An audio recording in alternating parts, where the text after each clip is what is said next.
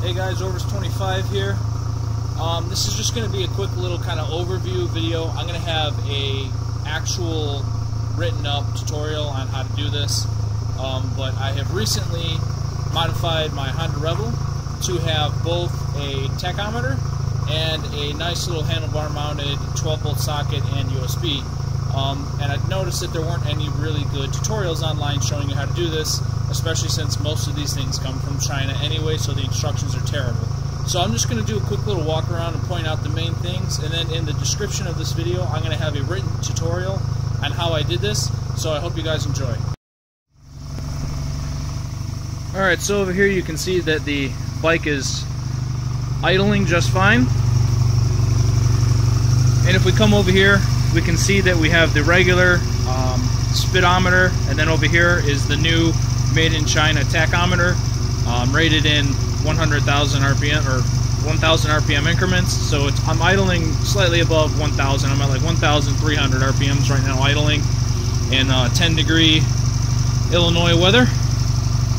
Over here we have the handlebar mounted 12-volt and 5-volt handlebar mount, I guess, that I installed with a nice little switch on the top to let you know when it's on and when it's off.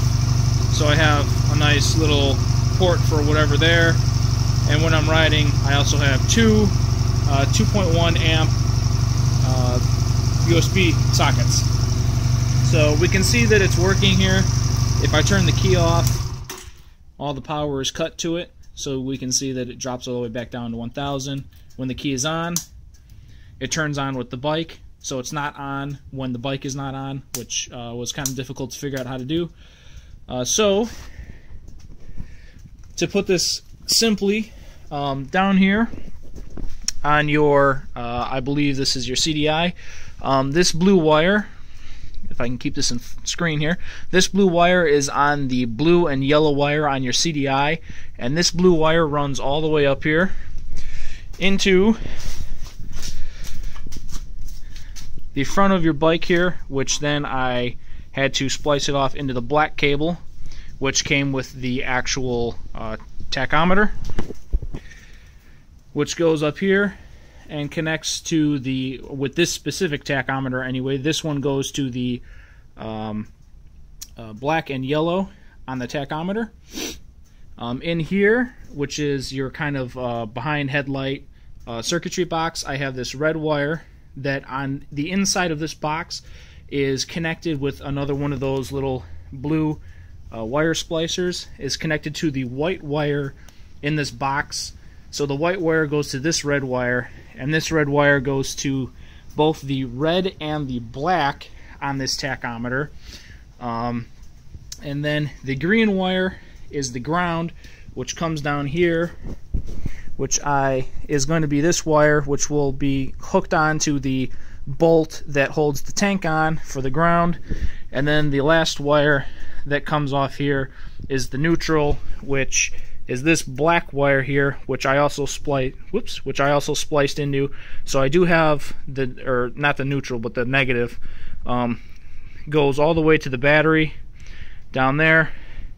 And then I also had to add a splicer because the other black wire coming off this is the negative for the handlebar power unit.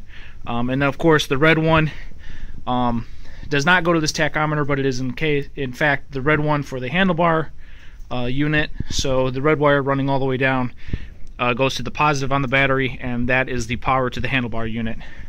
But that is pretty much a simple rundown of how this was done.